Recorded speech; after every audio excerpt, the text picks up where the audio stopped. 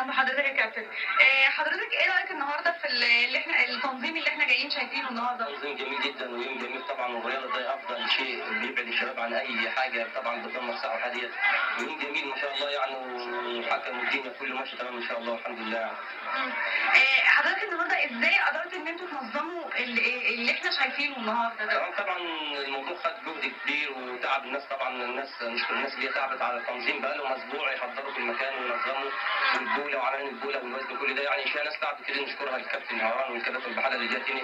نشكر الناس بحاله اللي بتساعد ورجال الامن اللي بيساعدوا على التنظيم. طبعا نشكر الناس بحالها وان شاء الله يعني تكون بطوله جميله موفقه للنهايه باذن الله. حضرتك ازاي بتجمع الاطفال دي عشان يلعبوا لعبه الكونغ فو؟ ازاي بتقنعهم؟ طبعا اللاعب هو اللي بيبقى حابب الشيء، بيجي بيتمرن بيحب اللعبه. طبعا لعبه الكونغ فو دي من اشيك الالعاب الرياضيه، طبعا كل لعبه لها احترامها، وطبعا لعبه الكونغ فو من اشيك الالعاب الرياضيه، ضم جميع الالعاب الرياضيه